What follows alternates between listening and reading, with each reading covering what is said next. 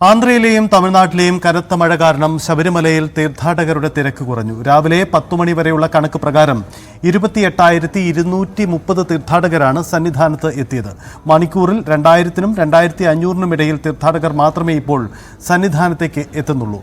സന്നിധാനത്ത് ഇടവിട്ട് കനത്ത മഴ അനുഭവപ്പെടുന്നുണ്ട്. ശബരിമലയിൽ പെയ്യുന്ന കനത്ത മഴ തീർത്ഥാടകർക്ക് പ്രതിസന്ധി ഉണ്ടാക്കുന്ന സാഹചര്യമാണ് ഉള്ളത്. ഇടവിട്ടാണെങ്കിലും കനത്ത മഴയാണ് ശബരിമലയിൽ പെയ്തുകൊണ്ടിരിക്കുന്നത്. കനത്ത കോടമഞ്ഞുമുണ്ട്. ഇതെല്ലാം തന്നെ പമ്പയിൽ നിന്ന് സന്നിധാനത്തേക്ക് തീർത്ഥാടകർക്ക് വരുന്നതിൽ ഏറെ ബുദ്ധിമുട്ടുണ്ടാക്കുന്ന ഒരു സാഹചര്യമാണ് തീർത്തിരിക്കുന്നത്. അതുപോലെ തന്നെ തമിഴ്നാട്ടിലും ആന്ധ്രയിലും പെയ്യുന്ന കനത്ത മഴയും ചുഴലിക്കൊഴുങ്കാറ്റുമെല്ലാം തീർത്ഥാടകരുടെ വരവിനെയും ബാധിച്ചിരിക്കുന്നു.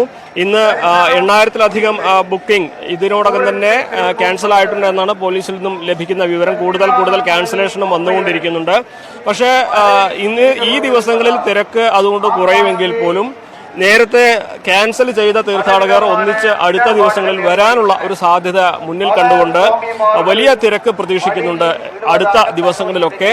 ഇത് മുന്നിൽ കണ്ടുള്ള ഒരുക്കങ്ങളാണ് ഇപ്പോൾ ശബരിമലയിൽ ഇനി പോലീസിന്റെയും ദേവസ്വം ബോർഡിന്റെയും ഭാഗത്തും ഉണ്ടാവുക. ഇപ്പോൾ കാലാവസ്ഥ മോശമാണ്. അത് നിലവിൽ 2000-നും 3000-നും ഇടയിൽ തീർത്ഥാടകരാണ് സന്നിധാനത്ത് 18-ാം പടി ഒരു മണിക്കൂറിൽ കയറുന്നത്. കഴിഞ്ഞ ദിവസങ്ങളിലൊക്കെ 4000-നും 5000-നും ഇടയിലായിരുന്നു. അപ്പോൾ അത്രമാത്രം വ്യത്യാസം തിരക്കിൽ ഉണ്ടായിരിക്കുന്നു.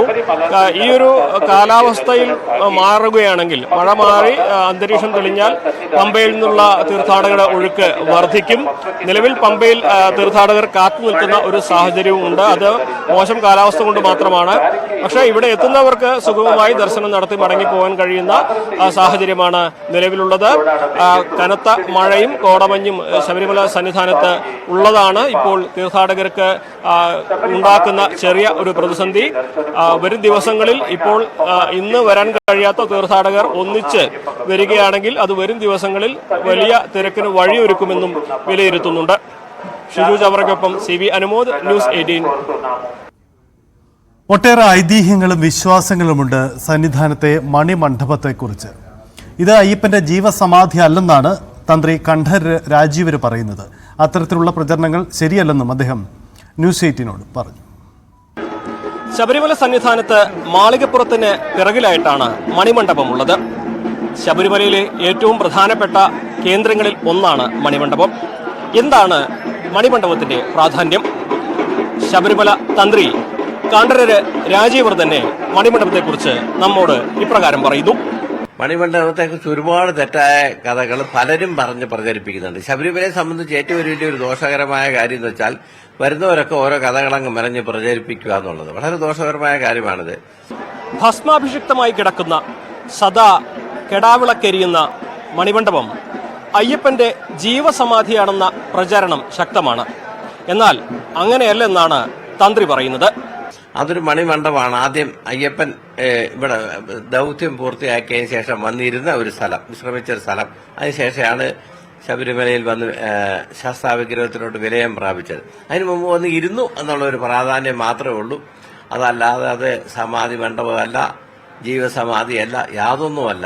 മകരവിളക്കിന് ശേഷം ശബരിമലയിലെ പ്രധാന ചടങ്ങുകളെല്ലാം നടക്കുന്നത് മണിമണ്ഡപം കേന്ദ്രീകരിച്ചാണ്.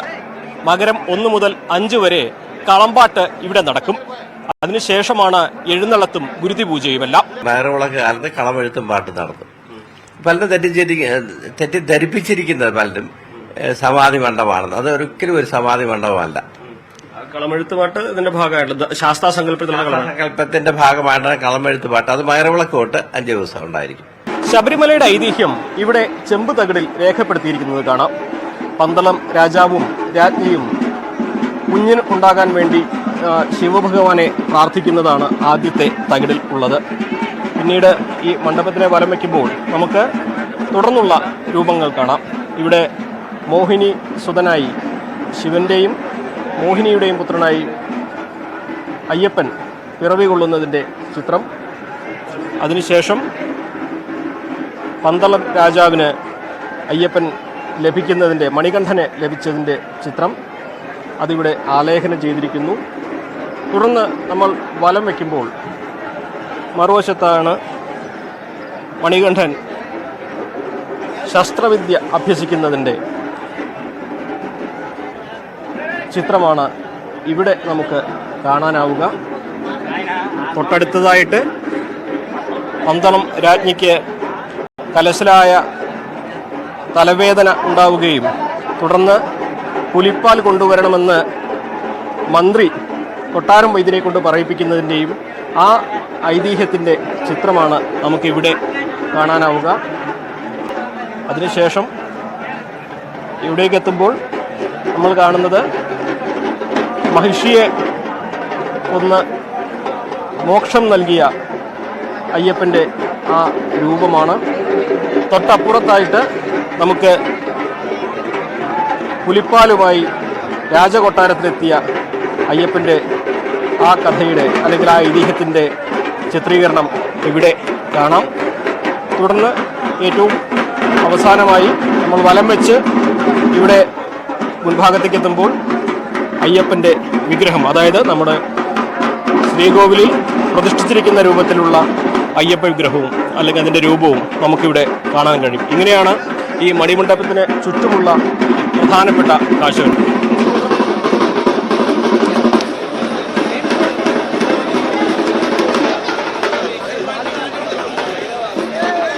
ശബരിമലയുടെ ഐതിഹ്യത്തെക്കുറിച്ചും മിത്തുകളെക്കുറിച്ചുമൊക്കെ ഒരുപാട് പ്രചരണങ്ങളുണ്ട്. പക്ഷേ ഇവിടെ അടിസ്ഥാനപരമായി സ്വീകരിക്കപ്പെടേണ്ടത് തന്ത്രി പറയുന്നത് തന്നെയാണ്. അതുകൊണ്ട് മണിമണ്ഡപത്തെക്കുറിച്ച് തന്ത്രി പറഞ്ഞത് നമുക്ക് അടിസ്ഥാനപരമായിട്ട് സ്വീകരിക്കാം. ഷിജു ചോപ്രയ്ക്കൊപ്പം CB അനുമോദ്, ന്യൂസ് 18.